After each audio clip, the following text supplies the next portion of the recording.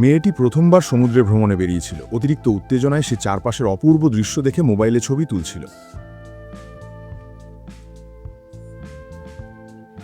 ঠিক পরের মুহূর্তে একজন দাড়িওয়ালা সুঠামদেহী লোক তাড়াতাড়ি একটা লাইফ বয় ফেলে দিল এবং তাড়াতাড়ি ক্যাটিকে বলল, দৌড়ে গিয়ে কম্বল আর মেডিকেল বক্স নিয়ে আয়। ক্যাটি যখন কেবিনে ফিরে সিটের ঢাকনা তুলল, তখন সে ভয়ে চমকে উঠল। ভিতরে লুকানো ছিল কয়েকটা আগ্নেয়াস্ত্র। ক্যাটি মুহূর্তের জন্য আতঙ্কিত হয়ে পড়ল, কিন্তু আর ভাবার সময় ছিল না। সে আগে মাকে বাঁচানোর সিদ্ধান্ত নিল। সৌভাগ্যবশত ততক্ষণে দাড়িওয়ালা লোক তার মাকে জলে থেকে উদ্ধার করে ডেকে তুলে ফেলেছে। এতে ক্যাটির বুকের ভার অনেকটা নেমে গেল। কিন্তু এই ঘটনার পর থেকে সে দাড়িওয়ালা লোকের পরিচয় নিয়ে সন্দেহ করতে শুরু করল। পরের দিন ক্যাটি সাহস করে তার সন্দেহের কথা মাকে জানালো, কিন্তু মা কোনো গুরুত্ব দিলেন না, বরং বললেন, এত কিছু নিয়ে মাথা ঘামাস না। ঠিক তখনই দাড়িওয়ালা লোকটি এগিয়ে এলো। সে ক্যাটির মনে কি চলছে তা বুঝতে পেরেছিল। সে বলল, আমি রিটায়ার করার আগে পুলিশ ছিলাম, জাহাজে অস্ত্র নিয়ে এসেছি শুধু তোমাদের মা মেয়েকে সুরক্ষা দেওয়ার জন্য। ক্যাটি তবুই সন্দেহের চোখে তাকিয়ে রইল। তখন দাড়িওয়ালা লোকটি সমুদ্রে একটা বালতি ছুঁড়ে ফেলে দিল এবং ধীরে সুস্থে ক্যাটিকে আগ্নেয়াস্ত্র ব্যবহারের প্রশিক্ষণ দিতে শুরু করল। ধন্যবাদ সবাইকে সমর্থনের জন্য। আমি অনেক অ্যাকশন মুভি দেখেছি, প্রথমবার গুলি চালানোর অভিজ্ঞতায় ক্যাটি অসম্ভব উত্তেজিত হয়ে উঠল। এতে তার দাড়িওয়ালা লোকটির প্রতি ধারণা অনেকটা বদলে গেল। তারপর তিনজন, মা, ক্যাটি আর দাড়িওয়ালা লোক, সমুদ্রে বসে মদ খেয়ে গল্প করতে লাগলো। কিন্তু এটি যে একটি সুন্দর ভ্রমণ হওয়ার কথা ছিল তা আর হলো না। রাতে হঠাৎ ক্যাটি একটা চিৎকার চেঁচামেচির শব্দে ঘুম ভেঙে উঠল। সে মাথা বাড়িয়ে ডেকের দিকে তাকাতেই দেখল দুজন ডাকাত দাড়িওয়ালা লোকটিকে জিম্মি করে রেখেছে। ক্যাটি ভয়ে আতঙ্কিত হয়ে উঠল। সে তাড়াতাড়ি সিট থেকে আগ্নেয়াস্ত্র বের করে প্রতিরোধ করার চেষ্টা করল, কিন্তু যেই সে মাথা বের করেছে অমনি একজন ডাকাত মাকে গুলি করে হত্যা করল। তারপর দাড়িওয়ালা লোকটির উপরেও গুলি চালালো। ক্যাটি ভয়ে কোনায় লুকিয়ে পড়ল। ডাকাতরা চারদিকে একবার তাকিয়ে ক্যাটিকে দেখতে পেল না। তারা জাহাজ চালিয়ে চলে যাওয়ার শব্দ শোনা গেল। ক্যাটি সাবধানে মাথা বের করে দেখল বাইরে প্রচন্ড আগুন জ্বলছে। নৃশংস ডাকাতগুলো লাশ পুড়িয়ে ধ্বংস করার চেষ্টা করছিল। ক্যাটি তাড়াতাড়ি ফায়ার এক্সটিংগুইশার দিয়ে আগুন নিভিয়ে ফেলল। মায়ের মৃতদেহ দেখে ক্যাটি গভীর শোকে ডুবে গেল। সারা রাত সে এভাবেই কাটালো। ভোর হওয়ার পর দেখা গেল আগুনের কারণে শুধু মাই চলে যাননি, তাদের পানির স্টক এবং যোগাযোগের সব যন্ত্রপাতিও পুড়ে গেছে। ক্যাটি ধীরে ধীরে ডেকে উঠে দেখল